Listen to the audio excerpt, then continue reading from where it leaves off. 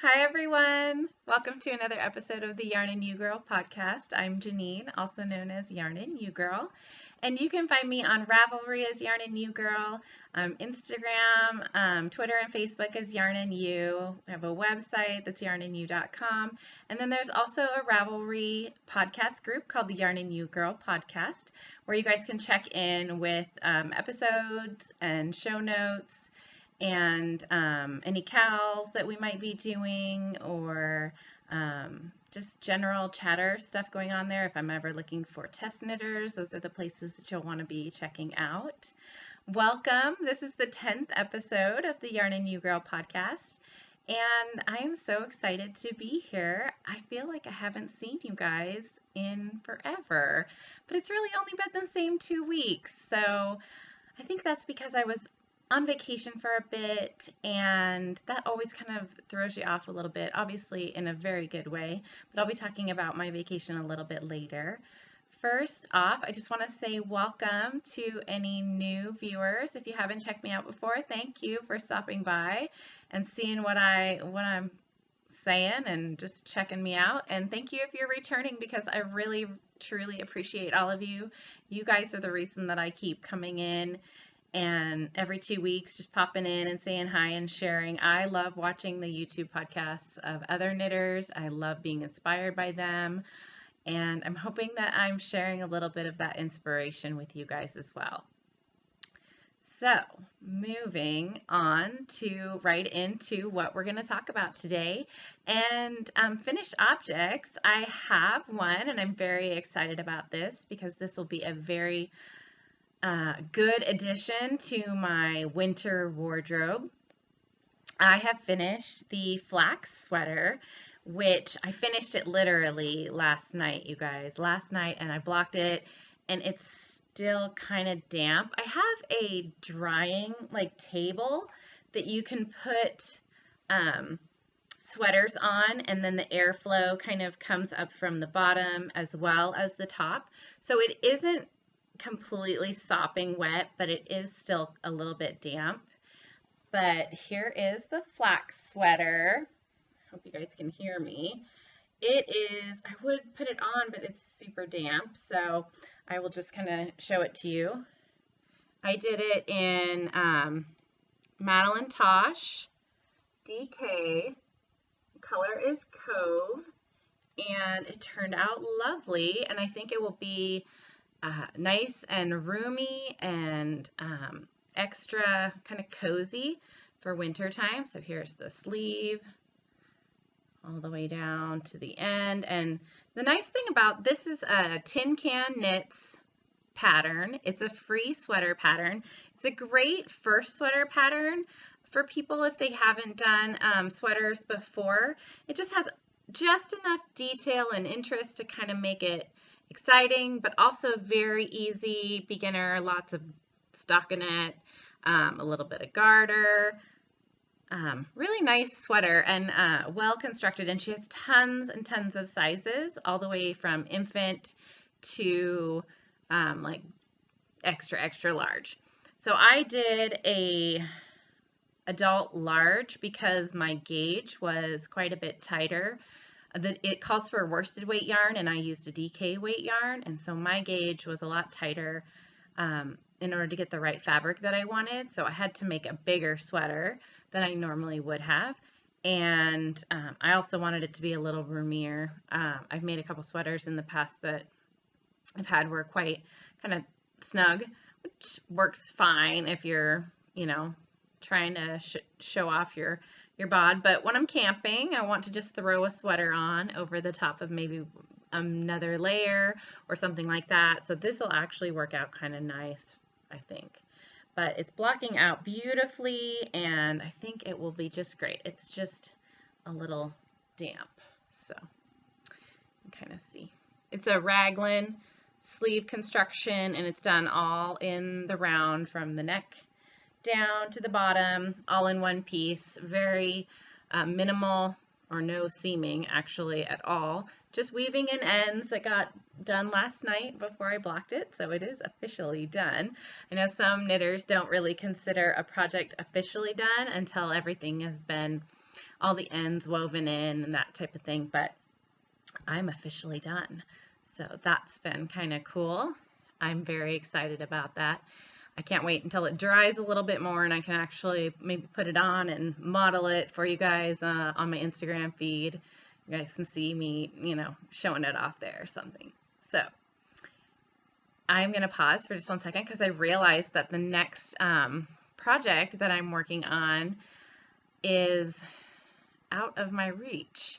And so that I'm going to have to go get it. But real quick, that is it for my finished objects. I was on vacation. I didn't take as much stuff with me as I wanted to because I didn't really have as much time as I was hoping for knitting.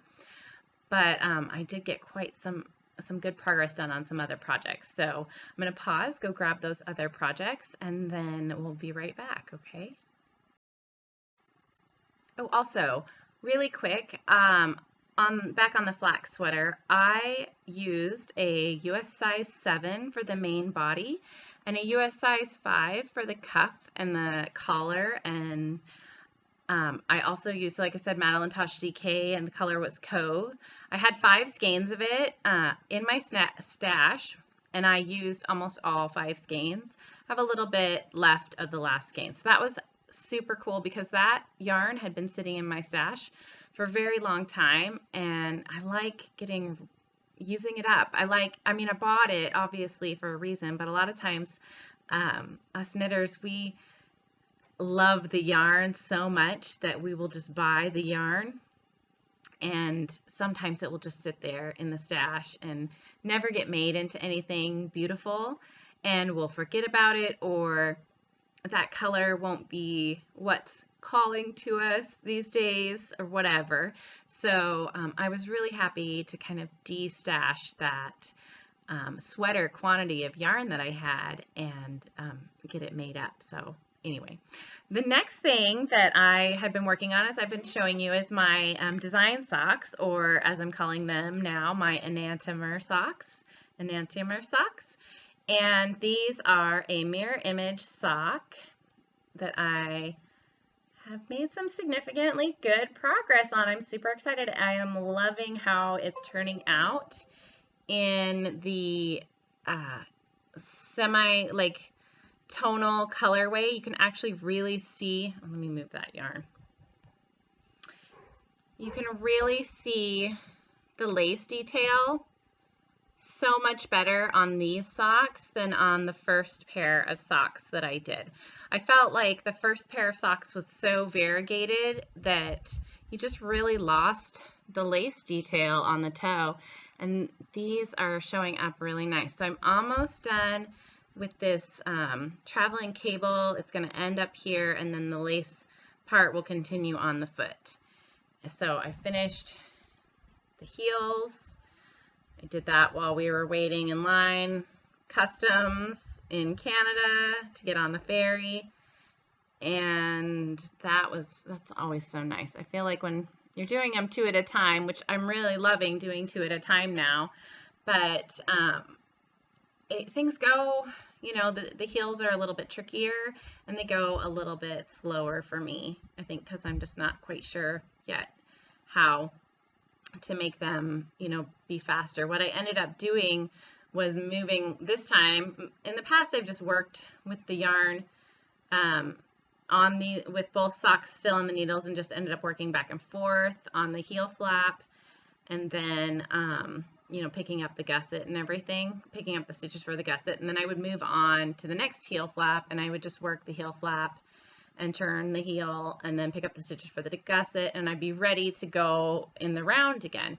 But with this pair of socks on the heel, there is a little bit of a, you have to rearrange the stitches a bit to make sure that your pattern ends up doing the right thing, on the front. So I took one of the pairs of socks off while I did the heel, and then I was able to arrange the stitches according to the way they were supposed to be for the next part of the pattern, and then I just did the same with the other sock.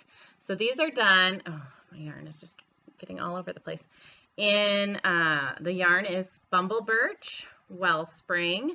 It's a Portland-based dyer, and it's a 3-ply merino fingering, 100% superwash merino. There's no nylon in this.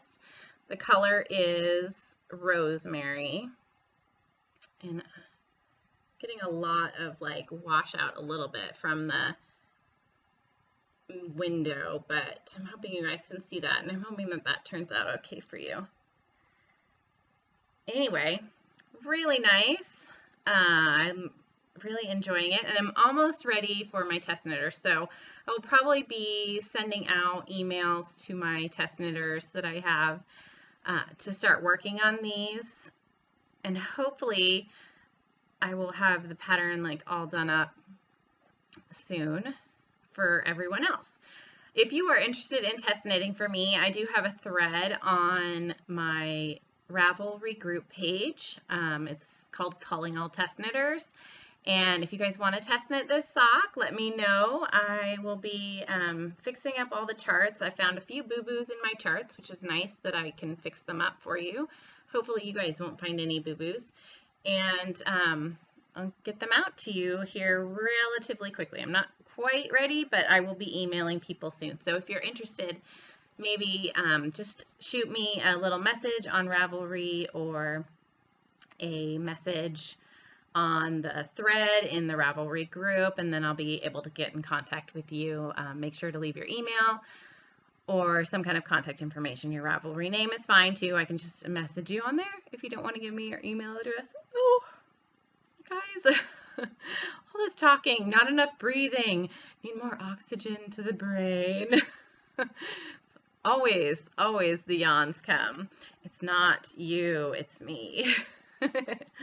Anyway, the next thing that I'm working on is for my very first knit along, and I hope you guys are getting excited about this because I am excited about this. I'm calling it the Lacy Days of Summer Cowl. And so if you want to check out, or if you're working on a project and you want to, make sure to use the hashtag Lacy Days of Summer, and I'll be able to check out all your things. There's a comments thread going on and a finished objects thread in the Ravelry group. I will have some prizes. I have a few that I am working on. So I have some that I'm and I'll show you guys some of the prizes today because I've already figured out that that's what I'm gonna do. But then I'm hoping to have a few more things to add on to it. And depending on how many people enter, there might be 1 or 2. I might draw for 1 or 2 winners. So first though, I'm gonna be giving some of these little stitch markers that I made. So a little set of stitch markers, and then that's for sure going to be part of the prize.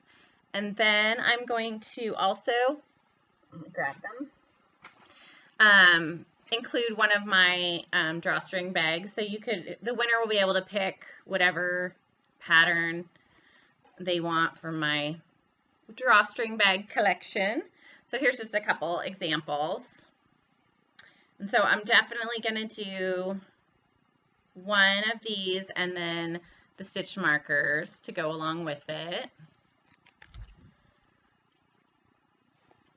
And so that's part of the prize. And then I'm hoping to get some yarn in there too.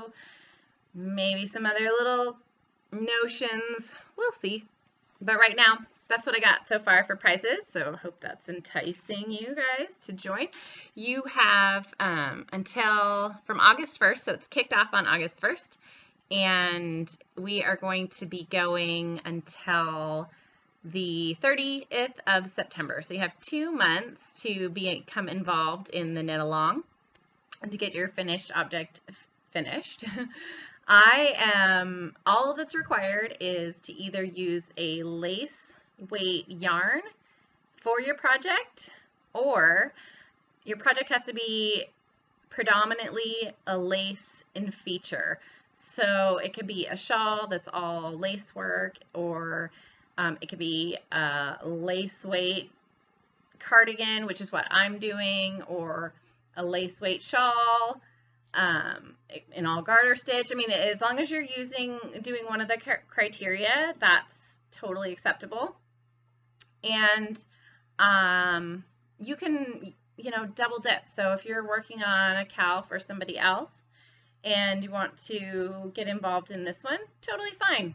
Just as long as it has those particular features. I'm one of those features, actually, because you don't need to have both. I'm totally okay with it. I just want people to get involved and do it. So what I am doing is a cardigan, and hopefully, let's see, I've got my pattern right here. It's Quince and Co, and the pattern is the Ella cardigan designed by Hannah Fettig. And it's just this simple bolero shrug style lace weight cardigan. And I thought that'd be so cute over the tops of like summer dresses. And I decided to do it in Anzula Breeze, which is a 65% silk, 35% linen lace weight yarn. I've never knit with a silk linen blend, so that's been kind of fun. And I have never knit, well, I've knit one project with lace weight yarn before. So I started this, I cast it on Monday, and so far, this is what I have. So it's the bottom of the cardigan. And it is in a double seed stitch.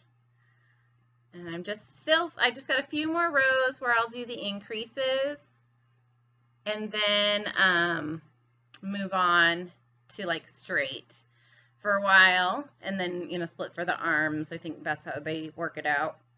And I decided to do it in the Dusty Rose color, which is a lot more neutral than I normally go. But I thought it's this lovely light pinky cream, and I thought it would be great for over the top of any of the colored dresses that I have. Floral, plain, olive color, whatever. Like, it would go over any of them, and I wanted it to be really versatile. So I thought that would be great, kind of lightweight color. So this is Anzula Breeze, which, by the way, I have some in the shop in a multitude of colors. So, and I've got some more on order. So if anybody is interested, you can find it at yarnandyou.com. And it's just lovely. It's one of my top sellers, and I wanted to see how it was to knit up. It's interesting though, because I did some swatches, and the pattern called for US size 5, and when I swatched with a 5, I got quite big, kind of loosey, so I moved down to a 4. I actually got bigger than my 5, which didn't make any sense to me at all. I don't know how that happened. And then when I got to a 3, it worked out. And I've never had that problem. But again, it could be the type of yarn, because it's a linen, or because it's silk, because it's so thin. Obviously there's a lot of things that play a role in gauge. So I don't know. But the size 3 gave me the gauge and the fabric that I was wanting. So I think that will work just fine. Not a big deal. It was very curious that my 4 needle the work would end up being larger than the 5. I don't know. It could have been how I was sitting that day or what I was doing. I have no idea. But anyway, that is my Lacy Days of Summer start. And it's actually gone quite quickly. I haven't really worked on it as much as I'd like, because I was finishing up the flax cardigan. Or the flax sweater. I really wanted to finish that up for you guys. So this will be my next, once I get past the increases, it's going to be pretty easy, because it's just doing the same stitches, quite like, television knitting. It'll be super easy. So that is that. And then I have one more work in progress, which I don't know if you're going to call it a work in progress, because honestly, I just cast it on an hour ago. So all I have is the cast on row, but I wanted to start it because it's also for a knit along, not mine, but something that the Blue Sky Fibers is putting on, and it's the Caledonia Cowl. So I don't know if you can see that, but just this lovely garter stitch knit cowl, and it's done in the Blue Sky Alpaca's worsted cotton, which, if you guys remember, I had bought 3 skeins of that when I was in Florida, and it's this lovely like just super soft cotton, like crazy soft. And I have this pink color, this light pink color. I had bought this hot pink color Lotus, and I had the light pink color, by the way, is called Shell. This hot pink color, nope, wrong one. Hot pink color Lotus, and the brown was called Toffee. And so I bought these 3 thinking, oh, those would make a nice cowl. So when I saw the cowl for the Caledonia Cowl, I was like, oh, that'll be perfect. It looks like it's 3 colors. So, and you know, it looks like I have enough yarn for it. That should be fine. Well, it wasn't. I bought the pattern, and it turns out you need 3 skeins of the base color and 1 skein of 3 additional colors. So put it that way. So I still needed 2 more skeins of one of these colors and another color to complement them. So I went out and I bought 2 more Shell, and then I bought this aquamarine, which I thought,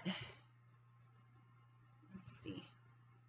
Ooh, see, I thought that'd be so pretty. And, you know, it will match all sorts of things, all sorts of stuff that I wear. So, that is the Caledonia Cowl, and it's in Blue Sky Fibers, which they used to be called Blue Sky Alpacas, so I keep calling them Blue Sky Alpacas, and their tags still say Blue Sky Alpacas. And this is the shell color. So I have 3 skeins of the shell color, which I've already wound up 2 and started my cast on. So all it is a cast on right now, and it's done on US size 13s, which I was using my high sharp interchangeables, and I noticed this particular one, let's see, it looks like it's about ready to break. I don't know if you guys can see that, but it's like catching, it's plasticky, it's like not seated, kind of. So I think I'm going to have to change it out and put a new cord on this. But all I have is my cast on. But I'm excited because I think it will go very fast. The cowl that they're running is through the 31st. If I don't get it done in time, I'm not going to be worried about it. I just really love big chunky cowls, and I thought that this would be a perfect use of the colors, and it would be lovely together. So I'm very excited about that. Let me see if there's another picture I can show you guys. I don't want to show you the instructions because that would be not very nice. But it's just this marled look. It's just really pretty, and it's going to be big and super easy, like garter stitch. Very easy. Beginners, knitters, this is right up your alley. And it'll go really fast because of the big yarn, and you're actually holding 2 strands of the yarn together. So that should be quite quick. So I should be able to get it done by the end of August when the cowl is done. So those are the things that I'm working on, and I am very, very happy to have a new project on the needles, a couple new projects on the needles, because I had been having the same stuff over and over again, I felt, and it was driving me a little bit crazy because I like to do some new things. So anyway, We went recently to, like I said earlier, we went to Victoria, British Columbia, and Seattle. I went with my family and we did like a little road trip. So I had lots of time for knitting in the car, but I didn't want to bring all my projects. So a lot of the times when we go traveling, my first thing that I think about when I pack is, oh, what knitting am I going to pack? What projects am I going to work on? And I didn't want to pack the flax sweater because it was very big and very bulky and just not really good travel knitting, if you know what I mean. All I had left to do before we left on the trip was the arm, and I just didn't want to do it while traveling. So instead, I packed my design socks and my Lacy Days of Summer yarn. So those were the two projects that I packed, which my family kind of have made a running joke about how they like to guess how many skeins of yarn that mom's going to bring when we go on a trip. And I've been really trying to be more practical about that and to make sure that if I do bring yarn with me on a trip, that it's not that I'm actually going to work on something, that I'm not going to bring a bunch of random projects. So usually all I really need is one project, because most of the time I'm not going to get it finished because there's lots of other things that we're doing and I don't always have the time to sit down and knit on it. But in the car, I like to knit. I don't get seasick or car sick or anything like that unless we go around like really tight turns. Then I'll get a little queasy, but for the most part I can knit in the car just fine. And for me, it's helpful for my husband because I can't drive long distances. If I drive more than about an hour, I start to get very groggy and very drowsy, and it's almost like a narcoleptic like situation. Like I've almost fallen asleep at the wheel a couple times, and it's not a good situation. So I typically don't drive when we do road trips. I will do stretches of about an hour, and then I'm like, okay, nope, I'm starting to get there. It's like something about the heat sometimes in the car. Sometimes it has nothing to do with that. I could have had like 3 cups of coffee and I'll still be like groggy and in this like, I get in this like funk, and then I'm ready to like crash out. It started happening in college. I don't know why, but I just don't drive very long distances. And if I do, I have to have somebody with me who is going to take over, help out, or I have to make lots and lots of stops because I can't trust myself. If I can get out and walk around for a few minutes, stretch my legs, usually that's a good enough refresher for me that I can drive for a little bit longer. So for the most part, I don't drive. And even as a passenger, I typically will fall asleep on you if I don't have something to do. So the knitting, I used to read a lot in the car, but then it's not very social and I can't talk to you, or I can't, keep you company or keep the other person awake very well. So I tend to knit when we go on trips. And that way I can keep myself alert. I can talk to the driver, make sure that they stay alert. And I think it's a win-win for everyone because I get lots of knitting done and I don't fall asleep, and I can keep my driver company. I can manage music or books or whatever it is that we're listening to. So I just decided I would bring those couple knitting projects. So that's the majority of the time that I have is knitting while we're driving, which is typically a good amount. I'm not a fast knitter. I've said that before. I don't knit at top speed. I just don't know how. And so 1 project or 2 projects is usually enough on a trip. Plus, when I go on a trip, I always want to visit yarn stores in the area that I'm at.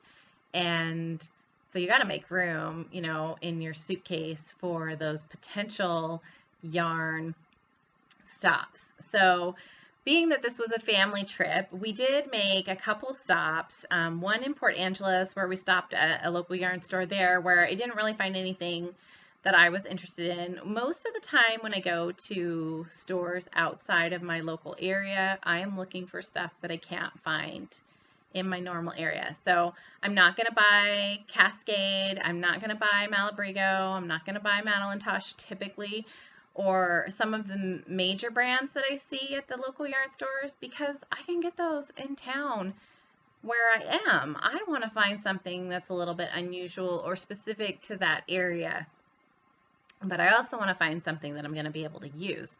So I don't want to just buy stuff to buy stuff. So the shop in Port Angeles didn't really have anything that was different enough for me. It was a very cute shop. We didn't have a very long time to spend there, but I ended up, we got on the ferry and then got into Victoria and spent quite a few days in Victoria. It was, oh, it's so beautiful up there. We did, you know, the museum one day and walked around downtown. And the day that we were downtown, we went to Beehive Wool, I believe. Let's see. Yeah, the Beehive Wool Shop, and it's in downtown Victoria. And I did find two things there, two things that I bought. They did have some possum yarn blended with some other, I think it was blended with some silk and maybe blended with some cashmere. It was lovely. Oh, so soft.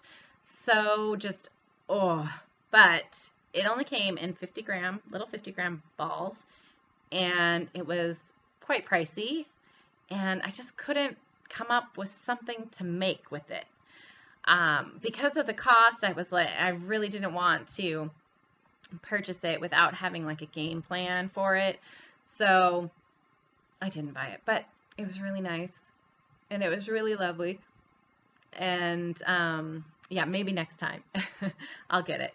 So I did buy, though, some sock yarn, because sock yarn is one of those things that I can always find something to do with, whether it's a hat or a pair of socks or a pair of mitts.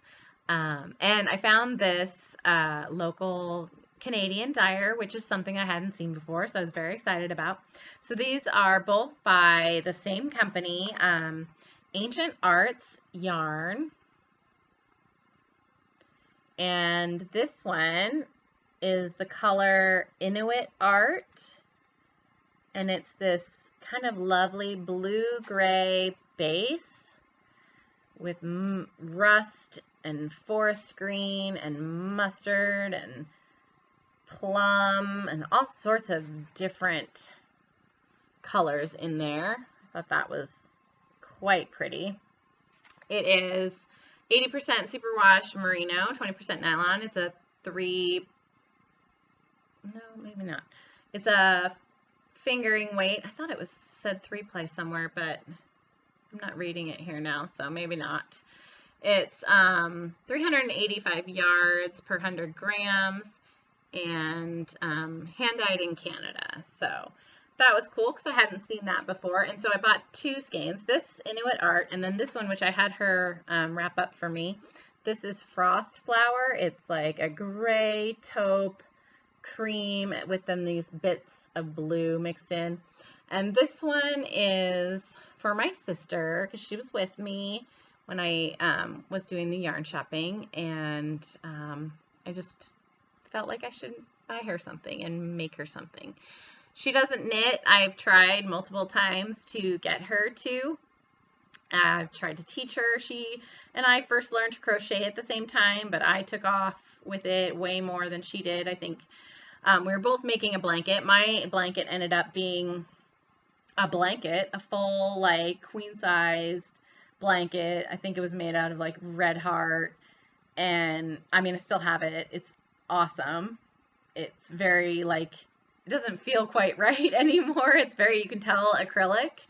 But, I mean, so sturdy. And hers, I think she got, like, this far on it, and then she ended up burying it with our kitty cat who passed away. Because she was like, oh, I'm never going to finish this. I'll just, like, wrap it around my kitty that I loved, and she can have it forever. So, and I've tried multiple times to get her to do, you know, these kinds of things with me, but she just isn't into it. And that's okay. It's not her strong suit. She's totally happy with other things, and I am just, this is who I am, and she's her total other person. But I love her, and I decided I wanted to make her a pair of socks. I had made her a pair a while ago with some not super nice sock yarn. It's kind of scratchy, and she's a little sensitive, and she does wear them every once in a while now. So this pair, I had her kind of feel the yarn, make sure that she thought that it was something that she'd be comfortable with. I think the other one was maybe, oh, I can't remember. Oh, I can't remember. I don't know. I can't remember the name of the yarn, but it was like 75% wool and not merino, and very like scratchy, and then 25% nylon. So this very sturdy, inexpensive sock yarn that you can buy. You know, I don't remember the name of it. It was pretty color, and I remember I did the Neville Longbottom socks by Erica Luter again. And so they were cute. The socks were really cute, and the color was really cute. It was this green with bits of pink flecked in it, but she picked this color out, and she wanted this, so I think I'm going to make that for her. And those are kind of all my souvenirs. I decided not to buy any t-shirts for me or sweatshirts for me or anything. We did go to a little shop in Olympia on our drive home. Oh, which was so cute, you guys. It's called Compass Rose. It's like the type of shop that has everything that you want. Not really anything that you need, but everything that you want, like odds and ends types of stuff. Lots and lots of, well, they were calling them toiletry bags, but you could use them for yarn bags too. I mean, they were these great fabric bags with zips, and then they had like the little makeup bag ones that were like this big, but you could use it for crochet hooks or notions or something. I mean, they were lovely. There was tons in there. I ended up getting this ceramic owl thing that I'm going to put my ground coffee in, and then I got a new recipe box because it was just too cute, and not like I needed it, but I just thought it was too cute to pass up. So I've been spending actually quite a bit of time rewriting recipes, making sure, putting all the cards in, you know, that I had before. I had a big box, and so some of the cards I had were quite large, so they don't fit in this new box. So I am having to rewrite some of my recipes out, or then like the printed out ones that I've got from the internet. I'm kind of weeding through and doing that. So that's what I've been doing lately, because it was just such a cute recipe box. So if you're in Olympia and you have a chance to go visit that place, that was fun. It was called Compass Rose. And then right around the corner is an awesome sandwich shop called Fifth Avenue Sandwiches.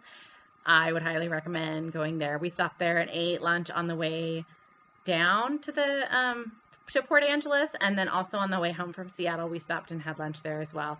Fresh homemade bread every day.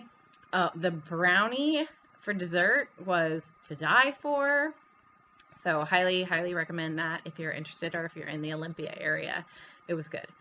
So anyway, thanks so much, you guys, for coming and visiting with me today, and I hope that you have a great couple weeks crafting and knitting and just doing what you love. Thanks a lot. Have a good one. Bye.